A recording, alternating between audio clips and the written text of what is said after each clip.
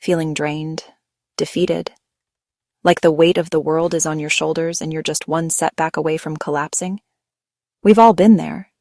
It's that universal human feeling of being small and powerless against the tide of stress, responsibility, and self-doubt. It's a quiet, creeping exhaustion that settles deep in your bones and whispers that you just don't have what it takes to keep going. But what if I told you that this feeling of weakness isn't a life sentence, that it's not your permanent reality?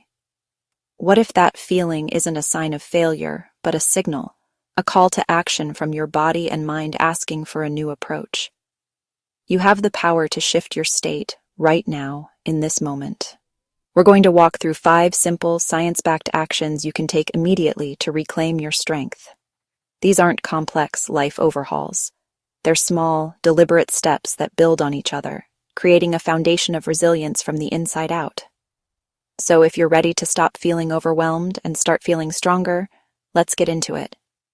The very first thing you can do when you feel weak is maybe the most counterintuitive: move.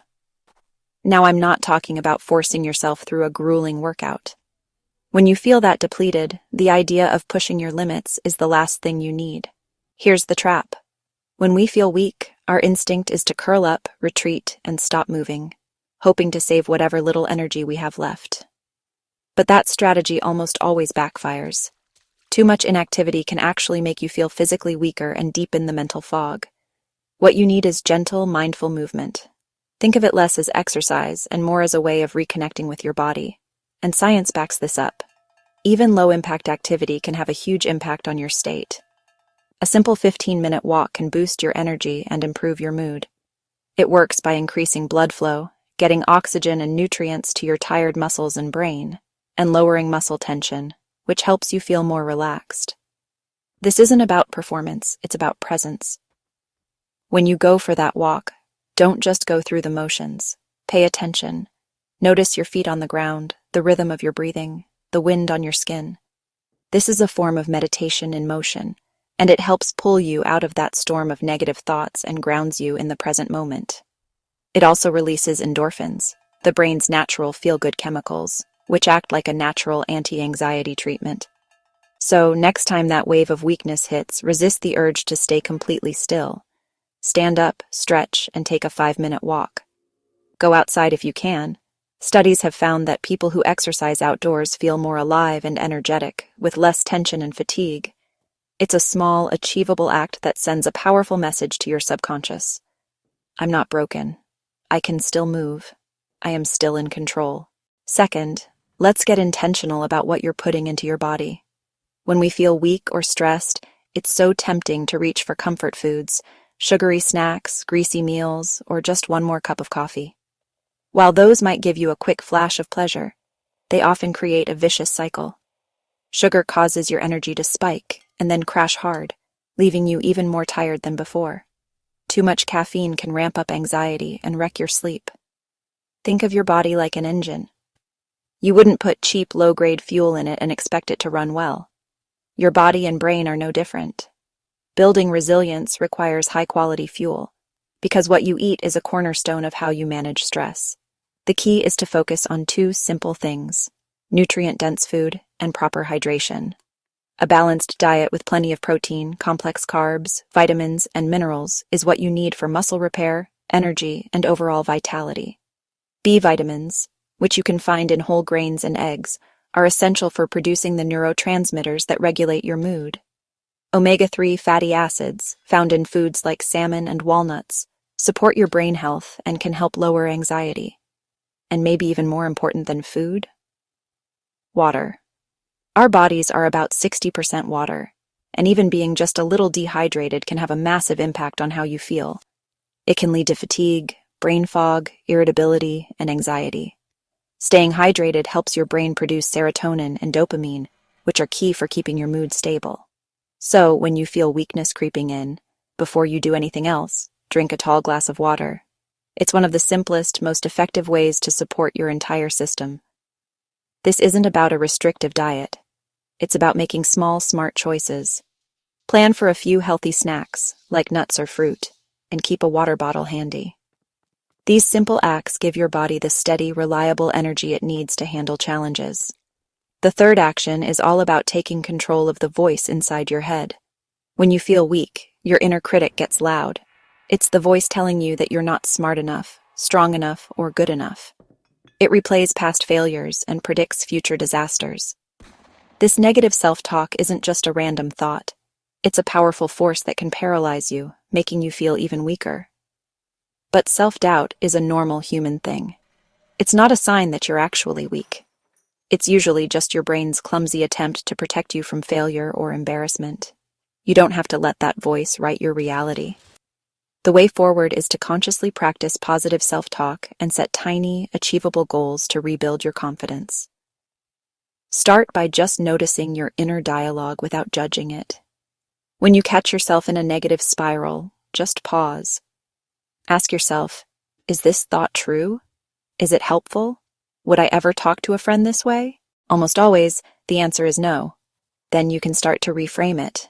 Instead of, I can't do this, try, I can figure this out.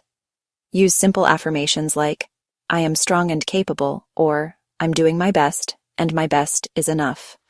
It might feel a little awkward at first, but with repetition, you're literally rewiring your brain to default to a more supportive script. At the same time, you need to give yourself proof that you're capable. When you feel overwhelmed, big goals feel impossible. So, break them down. Set one small, achievable goal for the day. Maybe it's making your bed. Maybe it's answering one email you've been avoiding. Maybe it's that 5-minute walk we just talked about. When you do it, acknowledge it. Give yourself credit. Each tiny victory is a piece of evidence that proves that inner critic wrong. It builds momentum. It reminds you that even when you feel weak, you still have agency. You can still take action and create positive results. This is how you take your power back, one small win at a time. If you've ever found yourself battling your own inner critic, you are not alone. Let me know in the comments below one small goal you're going to set for yourself today. Sharing it can be a powerful act of commitment, and reading what others are doing reminds us all that we're in this together. The fourth action is to stop fighting with yourself and start offering yourself some compassion. We tend to get self-compassion wrong. We confuse it with self-pity or just letting ourselves off the hook. We think that being hard on ourselves is what drives us to be better. But a growing body of research shows the exact opposite is true. Self-criticism doesn't motivate you. It just activates your brain's threat response, flooding you with stress hormones that make it harder to think clearly and act effectively. Self-compassion, on the other hand, is a real source of inner strength. It's about treating yourself with the same kindness you'd give a good friend who's going through a hard time. Dr. Kristen Neff, a top researcher on this, breaks it down into 3 parts: self-kindness, common humanity, and mindfulness. Self-kindness means being gentle with yourself instead of judgmental. It's accepting that you're not perfect. Common humanity is recognizing that suffering and failure are just part of being human. When you feel weak, it's easy to feel totally alone, like you're the only one who can't cope.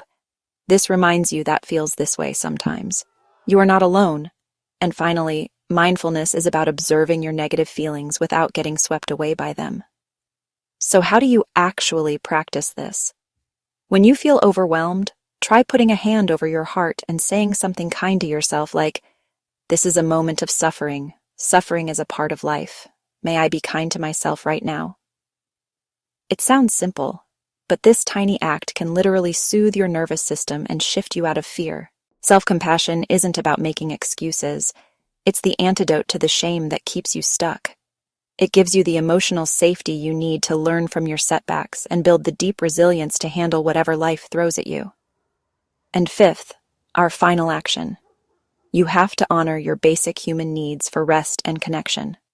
In a world that glorifies the hustle, we treat rest like a luxury and vulnerability like a weakness.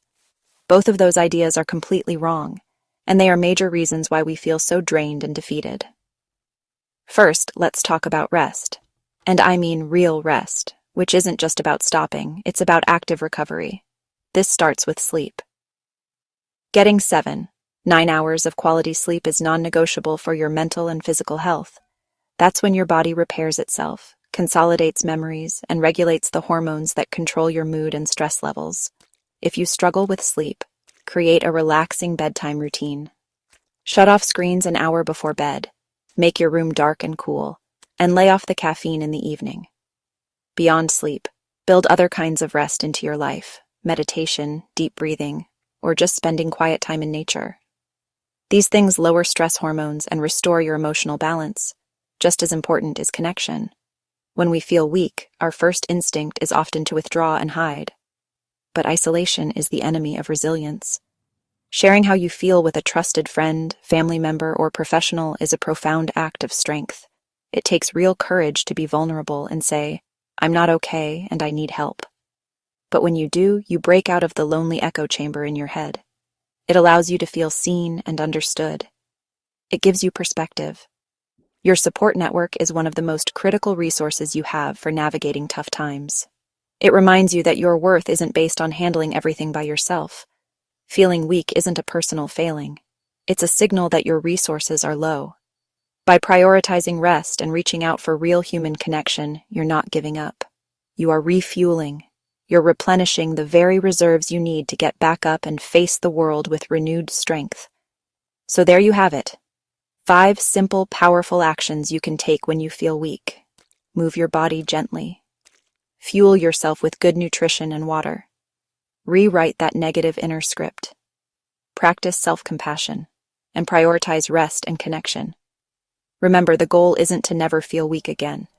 That's impossible. The goal is to build a toolkit you can turn to when that feeling shows up. It's about knowing you have the power to respond with intention and care. You are not defined by your moments of struggle. You're defined by how you rise to meet them.